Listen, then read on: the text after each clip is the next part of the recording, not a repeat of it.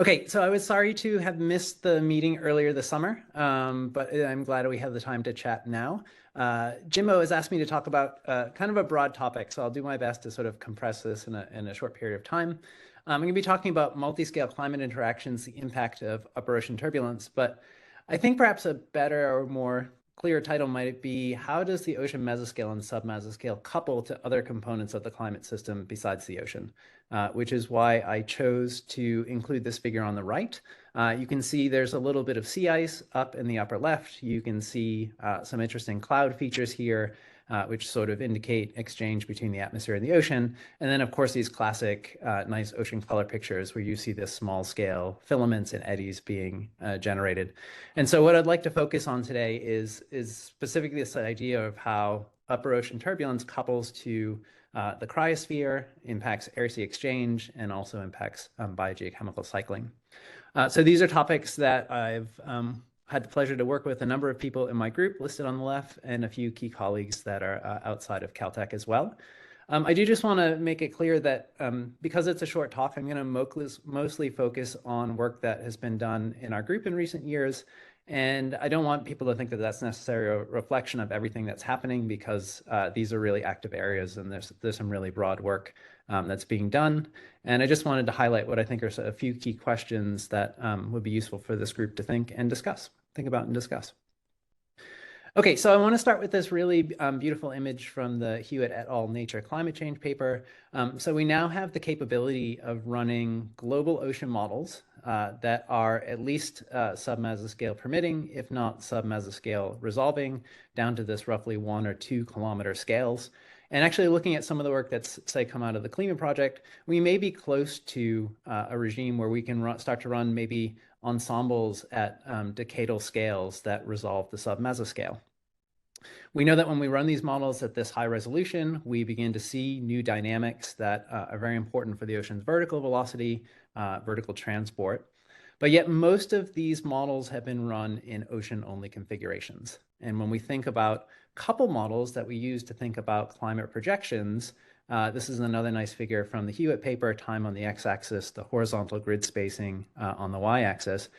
You can see, even looking at the most recent CMIT models, we're still quite far away from being able to have coupled ocean models or coupled climate models that are resolving the ocean and including submesoscale dynamics that allow us to do projections out to centennial timescales. And so, if I kind of step back and think about the importance of the role of submesoscale motions, it's almost always been motivated in terms of the ocean's energy budget. So this is a classic paper that goes back to some work that I did even as a graduate student. The sort of classic picture being that energy comes into the ocean at very large scales. It cascades down to the deformation radius, or roughly the scale of mesoscale eddies, where baroclinic instability transfers it into a barotropic mode, and it undergoes an inverse cascade. And yet, even from these very early diagrams that were proposed by Peter Rines, Rick Salmon, and others in the late 70s and the early 80s, there was this knowledge that we had to have processes that could move that energy down to smaller scales to account for the fact that we observed significant dissipation due to small-scale isotropic 3D turbulence, internal wave breaking, et cetera. And so again, over the last couple decades, this has been a major focus of work, trying to understand this energy transfer. Jimbo briefly mentioned this review paper that came out last year that I had the pleasure to work on with John Taylor. And what you see is sort of an updated version of this energy transfer schematic. I'm not going to talk about all of this in detail, but what you see is all of these purple labels here are different physical processes that are responsible for energy, moving energy between different scales or between different vertical modes. And so I think we understand a lot more about the physical processes that are happening at these scales. I think what's kind of exciting is when we look at that region between, say, the mesoscale and small scale dissipation, these are places where we anticipate, at least, that the magnitude of the energy transfers are going to vary over a range of timescales, but maybe even on sub-annual or even sub-seasonal timescales. And then we'd expect to see real spatial variations, maybe between different basins on which of these energy transfer processes are dominant, but maybe even within a basin between, say, western boundary currents and the open ocean. But again, to sort of emphasize this point, I think a lot of this understanding has been focused on either observations or numerical models that have really focused on ocean-only configurations. And I think the real frontier moving forward is to start to think about how all of these processes happening in this mesoscale to submesoscale range influence coupling with other components of the climate system. So what I'm going to do for the remainder of the talk is really just focus on, very briefly at a very high level, three topics in which I think this submesoscale coupling is interesting. So a good place to start is thinking about air-sea exchange, and in particular, how energy moves between the atmosphere and the ocean. And on the previous slide, I talked about this sort of classical picture that energy, the atmosphere energizes the ocean at large scales. Well, again, over the last decade or so, we have a lot more understanding of what happens at much smaller scales. And in particular, we've learned that certainly at the mesoscale and perhaps at the smaller scales, the atmosphere is actually a sink of energy to the oceans. The ocean is actually giving up that energy to the atmosphere. And that's been studied in a number of different ways. There's this really beautiful figure here from Rai et al. That used a coarse graining approach to actually look at the wind power input as a function of scale. And in the lower left-hand side here, you can see that at all scales at about 200 kilometers and smaller, again, the ocean is giving up energy to the atmosphere. And that's what's actually shown in that map. That's the sort of wind power input at all scales smaller than about 200 kilometers. And this is thought to be due to the interaction between large-scale wind forcing and coherent mesoscale eddies, as shown in the right-hand side. Because the stress depends on the difference between the wind and the surface ocean, you get an asymmetry across the mesoscale eddy that removes energy. But when we think about what happens at even smaller scales, we really don't understand how wind power input is affecting the ocean. And I just want to show one example here. This is a paper that came out last year, led by Udi Strobach and some of my colleagues up at JPL, where they've been analyzing data coming from a very high resolution coupled model. So it's a 4-kilometer ocean with a 6-kilometer atmosphere. So again, this is a model that at least permits the formation of very small scale fronts. You can see one example of those from the Gulf Stream region in the bottom there, where temperatures are changing by about somewhere between 2 and 5 degrees over scales as small as 10 kilometers. If we look at what's happening to the wind stress in these regions, I'm showing on the left wind stress divergence and on the right wind stress curl, we can see that these small scale fronts give rise to very strongly localized gradients that can give rise to both divergence and the wind stress curl. This has to do with, in this case, predominantly a thermal feedback. So changes in the surface temperatures are giving rise to changes in the atmospheric boundary layer that give rise to these gradient and horizontal winds just over the front. But I think what's more important for this talk is that we sort of understand that there's this relationship between sea surface temperature gradients and gradient in the wind stress for decades. And we've done that from looking at either mesoscale resolving models or looking at remote sensing data. But pretty much all of that work has been confined to regimes that are covered by these gray bars that you see in these upper plots. And what Strobach and colleagues were able to do in their paper was to do this conditional mean on SST gradients in both crosswind and downwind directions, and actually show that this linear relationship between either the wind stress curl or the wind stress divergence extends linearly to these much stronger SST gradients. And so the magnitudes that you're seeing now for the wind stress curl and the wind stress divergence are at least an order of magnitude, if not 2 orders of magnitude larger than what we had estimated previously. And I'll just show one other figure. We've been doing some work with Luna Bai, who is a graduate student here at CalTech. And in addition to the thermal feedback that I'm just mentioning here very briefly, we also believe that there's relationships between wind stress curl and divergence and the vorticity.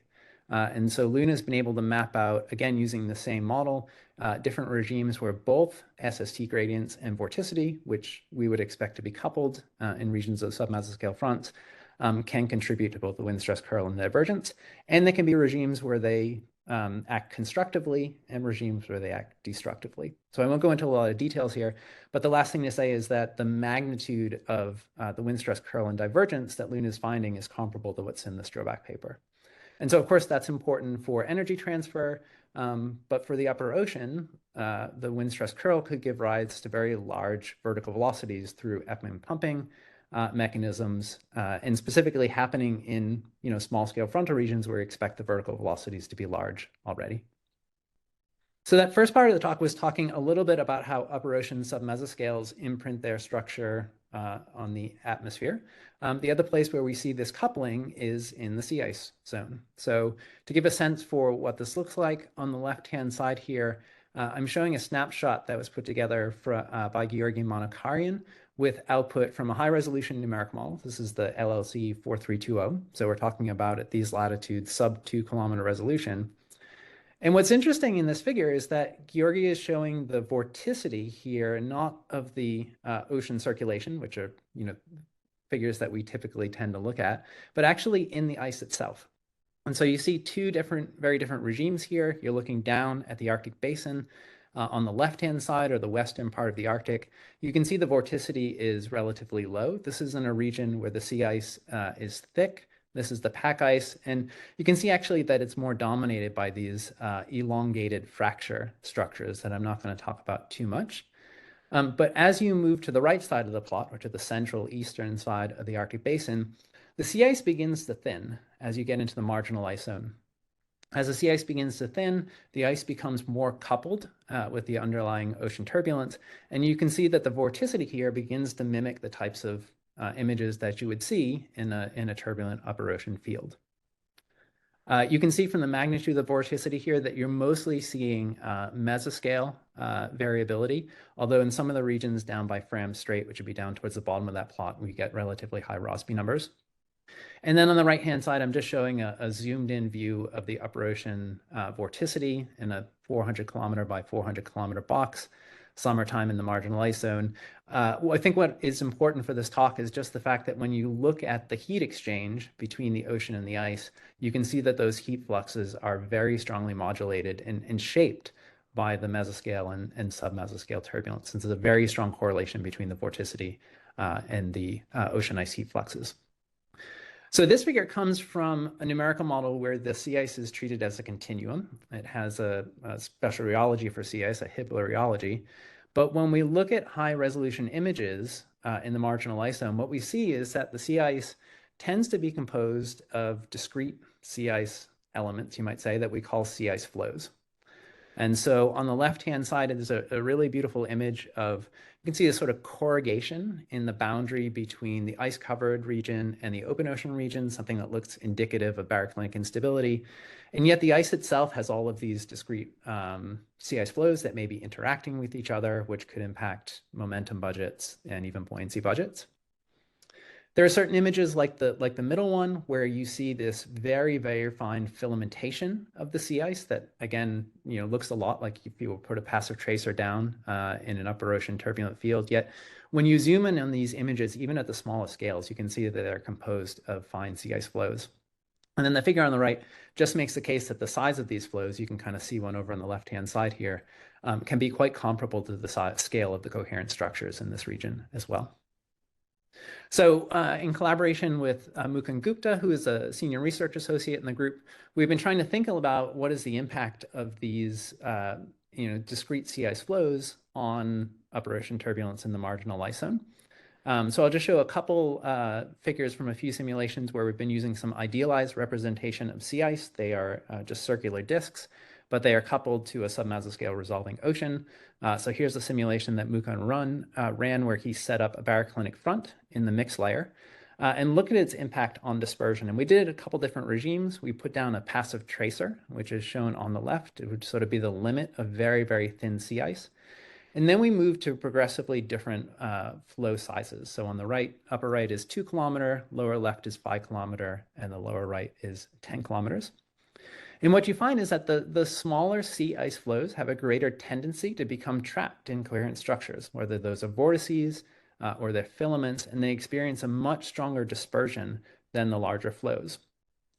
The larger flows also typically tend to have a larger velocity difference between the ice itself and the underlying ocean, and that gives rise to stronger friction at the ice-ocean interface. And so that sort of led us to propose a couple potential feedbacks. These are not completely closed feedbacks, but when you have small ice flows, that can lead to larger dispersion. And as these ice moves away from the marginal ice zone into the upper ocean. We associate this with warmer surface temperatures. This may lead to more melt and the ability to fracture this ice up into smaller flows. And then finally, if you have smaller flows, there's less ice-ocean friction, and that allows the MIZ to be more energetic, the underlying ocean, and that gives rise to more dispersion or more flow-flow interactions that lead to breakup. Now, these feedback loops aren't closed because these particular simulations didn't have thermal coupling. We could talk a little bit about why we made that choice after. But as I'm moving on with time, I'll maybe just briefly show this slide. We have run some simulations where we have looked at the thermal coupling between ice flows and an underlying turbulent field. And I will just point out that there are two important regimes here, one in which the sea ice flows themselves are smaller than the typical scale of upper ocean turbulence, upper ocean eddies. And these are places where they can become trapped and isolated from warmer waters, this small flow coupling. And then in this large flow coupling, if the ice has large vorticity, it can actually impart tangential momentum to the upper ocean and actually sort of isolate or keep these warm filaments out from underneath the sea ice flows. And so the short message here is that the size of the sea ice flows also impacts sea ice melt rates in this paper as well. Okay, so just in the last couple minutes or so, I want to just briefly touch on one last topic, which is starting to think about coupling between submesoscales and biogeochemical cycling. And our group has thought about this a lot in the Southern Ocean. We think about the Antarctic circumpolar current as being unique in the circulation system because it is the only circumpolar flow. And a lot of our dynamical theories for how we understand what sustains the ACC tends to take a zonally average view or borrows ideas from the atmospheric GFD community. And yet, when you go to look at observations, high resolution numerical models, you find that the ACC has some really important zonal asymmetries. We know the energetics varies with longitude, but there's also been a lot of studies recently that imply that there's coupling with biogeochemical cycling. So here are just two examples. In the upper figure is a study by Brady and colleagues where they had vected Lagrangian particles in a high resolution numerical model and showed that upwelling pathways tend to be localized to the downstream region of where the ACC interacts with topography. We understand these are regions of high eddy kinetic energy, and there's been some nice work recently by Madeline Youngs inferring that these are regions of high air-sea fluxes of CO2. And then in the lower panel from observations, this is a nice study by Yort and colleagues, where they looked at Argo float data and tried to identify places where there were, at depth, large apparent oxygen utilization anomalies, indicating recent ventilation of surface waters. In all of these cases, those low AOU values were associated with standing meander regions downstream of topography. So what's happening in these regions? As I've mentioned, we already think of them as high eddy kinetic energy regions, but we also believe they're regions of enhanced frontogenesis and vertical exchange. So we've been looking at this a little bit in terms of diagnosing a property known as the finite size Lyapunov exponent.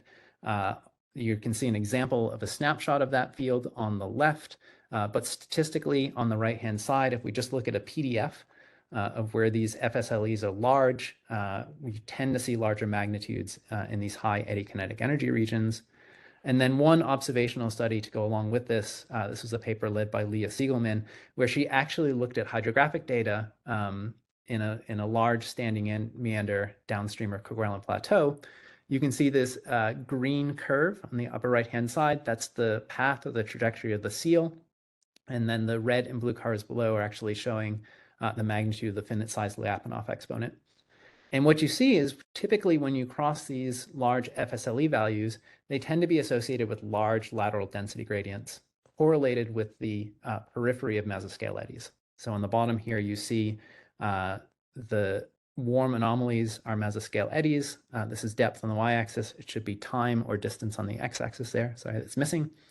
And when Leah infers her vertical velocities, you can see that these magnitudes get very large, exactly where you have these large straining regions on the edge of the eddies. And so there's a suggestion that to really understand whether it's air-sea exchange of carbon, whether it's export of particulate organic carbon in these energetic regions, we need to be resolving these small scales. Okay, I've got one last slide, if I can have one extra minute here. I'll talk a little bit about what I think, that was a really kind of brief overview of the science topics, and on just one slide on observations. So I had the pleasure to work with a really amazing team of scientists on the NASA-funded S-MODE project over the last couple of years. We just finished up our fieldwork. And this was a really incredible project focused obviously on sub-mesoscales, but combining satellite data, observations collected from aircrafts, in situ and surface autonomous platforms, and lots of Lagrangian instruments as well. It is an amazing data set that was collected, but it was an incredible amount of work, and potentially not a sort of project that's sustainable doing this multiple times in the coming decades. And I can envision a case, I think we're very close to a case where we should be doing these types of experiments.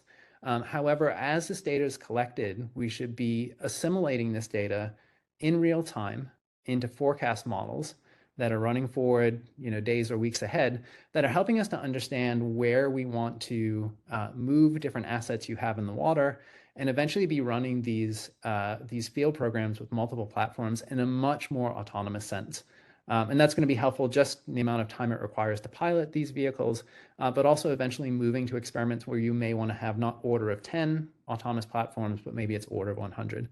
And I think we're very close to being able to do this. And it's an exciting way forward to couple the modeling with the observations. Okay, so those are my 20 minutes. So I will stop here. Maybe just the one key takeaway is I think when we think about sub-mesoscale dynamics, where I think it is most important to put our effort is to understand how it's coupling to other components of the climate system, the atmosphere, cryosphere, and biogeochemical cycling. So thanks very much for listening. Thanks a lot, Andy. That's a great overview. Thanks a lot.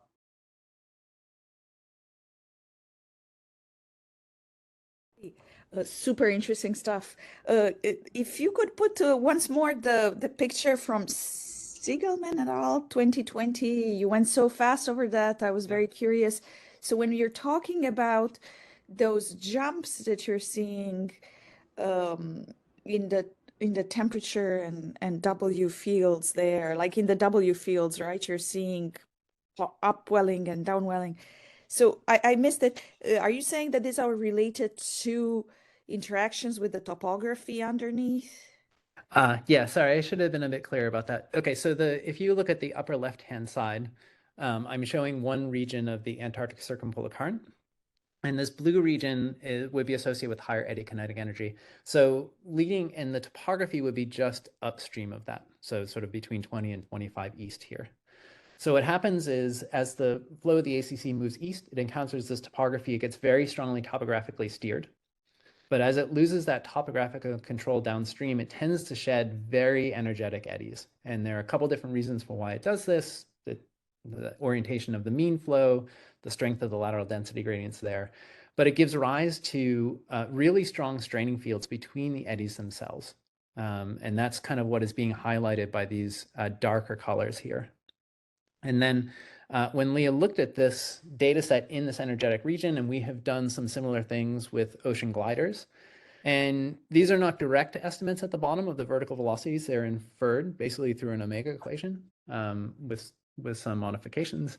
You do see that the amplitude and the variability of the vertical velocity is enhanced at the edge of the eddies.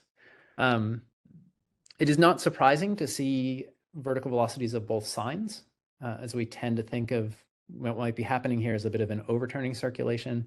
I was trying to make the case that this is important for carbon export, and that's a little bit more challenging because there you care a little bit more about the correlation between the vertical velocity and the distribution of, if it's POC, particular organic carbon, or other tracer that you're looking at.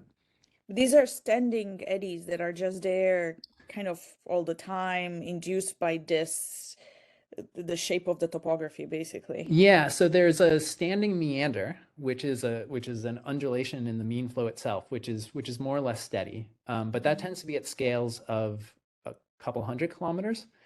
So the standing meander itself would be sort of this whole region in the box, and then it gives rise to mesoscale eddies they are actually quite persistent in this region. And I guess thinking a little bit forward, it is also interesting to think about how persistent some of the submesoscale structure is that forms in these regions. And part of the reason they're persistent is that it's sort of a combination for the eddies tend to want to propagate westward, but they're in a strong eastward mean flow. And then they shed off energy, and then in the yellow part, they become weaker again. They become much weaker. And so some of the things that we have done that's not as clear in the SEAL data, because it's only carrying a temperature and salinity sensor, with the glider data, we have been able to look at various types of tracer variability. So we can do SPICE, for instance, but we can also do dissolved oxygen or apparent oxygen utilization. You can look at optical backscatter. And so this very small scale variance is also seen in the biogeochemical tracers as well. Very cool. Yeah. Thank you. Yeah. Not sure this is a quick question. Thanks, Andy. You mentioned at the beginning that maybe we can have some mesoscale resolving ensembles run over decades for ocean only. I mean, what do you think, paths forward to prioritize are for the coupled problem? Continued regional studies, or focusing on ensembles, or shrinking down, to high res at global? What do you think? Yeah, so I do think that there's still a lot of value in doing the regional simulations. I think when it becomes challenging, again, I've thought a lot more about the Southern Ocean, but when you see things like large atmospheric storms come through in the Southern Ocean, those can be incredibly large, right? And their impact via maybe changes in the atmospheric circulation and the atmospheric dynamics may be hard to capture in a regional model. And there have been a couple nice papers. I think you heard from Channing Prend earlier this summer, but some of his work has shown that if you really want to care about interannual variability in upper ocean properties, whether it's biogeochemistry or the physics, a lot of the interannual variability can be attributed to these short-term intermittent extreme events. And so, I don't know, the regional studies are really important for process, but I think there is a need to be doing the coupling at the global scale to the degree possible to really understand how, changes in certain regions are propagating elsewhere as well. Yeah, thanks for the question.